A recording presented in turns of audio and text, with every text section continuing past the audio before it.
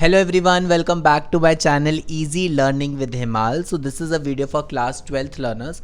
So last lecture में मैंने आपको आपकी फर्स्ट पोएम करवा दी थी माई मदर एट 66 और अब हम इस वीडियो में उस पोएम के जो क्वेश्चन आंसर्स है वो हम करेंगे। जो आपके टेक्स्ट बुक के क्वेश्चन आंसर्स हैं वो हम इस वीडियो में कवर करने वाले हैं क्योंकि वो बहुत इंपॉर्टेंट क्वेश्चंस हैं और बहुत बार वही सेम क्वेश्चंस आपके बोर्ड एग्जाम्स में भी आ चुके हैं। So welcome to the session. So my name is Himal Sharma, I am science and English educator, I am also Unacademy plus educator. अगर आप मेरे साथ सोशल मीडिया पे कनेक्ट करना चाहते हैं तो टेलीग्राम, इंस्टाग्राम और ईमेल आईडी की डिटेल्स डिस्क्रिप्शन बॉक्स में मैंने डाली हुई है, वहाँ से आप कनेक्ट कर सकते हैं।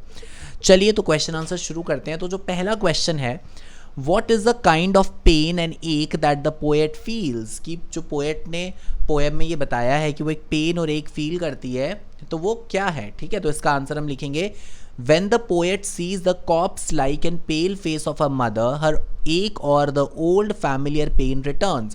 तो जब वो अपनी मदर का फेस देखती है जो काफ़ी पेल होता है, मतलब फीका पड़ जाता है, और कॉप्स लाइक मतलब डेड बॉडी की तरह होता है, तो उसको अपनी फैमिलियर जो ओल्ड बचपन वाली पेन है वो याद आ जाती है। That is separation, fear of separation from her mother. Perhaps this fear was entertained by her since her childhood. ये फियर उसके मन में बचपन से ही था। Aging is a process which occurs naturally. Ageing एक ऐसा प्रोसेस है जो नेचुरली होता है, हर इंसान को कभी ना कभी बूढ़ा होना है। Aging and time spare none, aging और टाइम किसी को भी नहीं छोड़ता। Aging and time have not spare the mother of the poet and may not spare her as well. मतलब वो ये सब सोच रही है कि देखो एजिंग है वो सबको आनी है, ठीक है, हर किसी ने ओल्ड होना है, हर किसी ने इस दुनिया को छोड़ के जाना है। By aging death and separation becomes inevitable. तो एजिंग की वजह से क्या होता है, डेथ और जो सेपरेशन है वो ऑब्वियस हो जाता है कि हाँ, एजिंग की वजह से कभी ना कभी डेथ होगी, कभी ना कभी सेपरेशन होगी।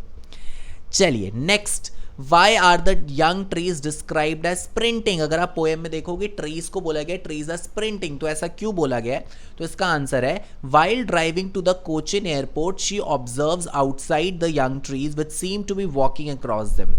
क्योंकि जनरली ऐसा होता है ना, जब हम कहीं कार में जा रहे होते हैं तो हमें ऐसा लगता है जो पेड़ हैं वो पीछे की तरफ जा रहे हैं, तो ऐसा पीछे की तरफ चल रहे हैं, वही यहाँ पर हमने आंसर में लिखा है। दे सीम टू बी स्प्रिंटिंग और running fast with the speed of the car. ऐसा लगता है जितनी स्पीड से हम गाड़ी चला रहे हैं उसी स्पीड से जो ट्रीज हैं वो भाग रहे हैं। The poet provides a contrast, sprinting young trees and her dosing old mother. तो यहाँ पे पोएट ने कॉन्ट्रास्ट बताया है कि उसकी जो मदर है वो कितनी वीक है, बूढ़ी हो गई हैं, मुंह खोलकर सो रही हैं, और जबकि बाहर जो ट्रीज हैं वो कितने एनर्जेटिक हैं, कितनी ज़्यादा स्पीड से वो दौड़ रहे हैं। तो यहाँ पे कॉन्ट्रास्ट शो किया गया। Third question, why has the poet brought in the image of the merry children spilling out of their homes। अब ये जो merry children मतलब हैप्पी चिल्ड्रन, बच्चे अपने घर से बाहर आ रहे हैं खेलने के लिए, ये वाली इमेज क्यों क्रिएट की गई है पोएम में, ये हमसे यहाँ पे क्वेश्चन में पूछा है। तो इसका आंसर आएगा to present a contrast the poet brought in the image of the merry children spilling out of their homes. क्योंकि वो एक कॉन्ट्रास्ट शो करना चाह रही थी, अपना ध्यान डाइवर्ट करना चाह रही थी, मदर से कोई ऑपोजिट चीज सोचना चाह रही थी। The merry children who are coming out of their houses in huge number explain the spontaneous overflow and happiness of life. तो वहाँ पे मैरी चिल्ड्रन बता रहे हैं कि एक हैप्पीनेस, जिंदगी, लाइफ, और उसकी मदर रिप्रेजेंट कर रही है death, separation, aging. It is different from her old mother dozing whose ashen face, ashen means मतलब राख की तरह कंपेयर किया गया उसके फेस को। लुक्स पेल, पेल मतलब फीका पड़ जाना, कलरलेस हो जाना, and lifeless similar to a corpse, corpse means dead body. The description of the poet's mother highly indicates passivity, decaying and ageing in the poem. The contrast between these two images strengthens the effect of the poem. तो poem को और ज़्यादा strong बनाता है ये जो contrast जो किया गया है उन बच्चों के बीच में और उसकी मदर के बीच में, या ट्रीज के बीच में और उसकी मदर के बीच में। Next question is why has the mother been compare to late winter's moon. ये बहुत बार बोर्ड एग्जाम में क्वेश्चन आ चुका है, तो इसको अच्छे से हम प्रिपेयर करेंगे। The mother of the poet is 66 years old. तो हमें चैप्टर के नाम से पता चल रहा है कि पोएट की मदर 66 ईयर्स की हैं।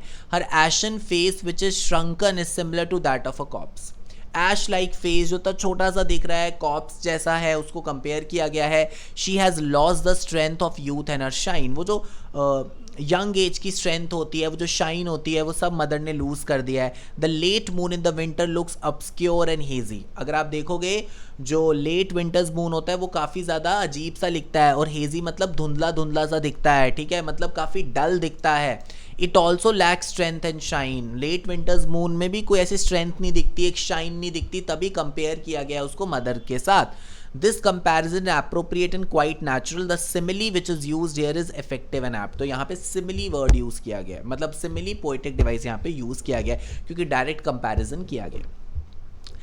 Next and the last question is what do the parting words of the poet and her smile signify? तो लास्ट में देखो पोएट ने अपना दुख मदर को नहीं बताया. She kept on smiling smiling smiling और उसने बोला see you again अम्मा. ठीक है, इस तरीके से ये पोएम खत्म हो जाती है. तो इसके पार्टिंग वर्ड से हमें क्या पता चलता है?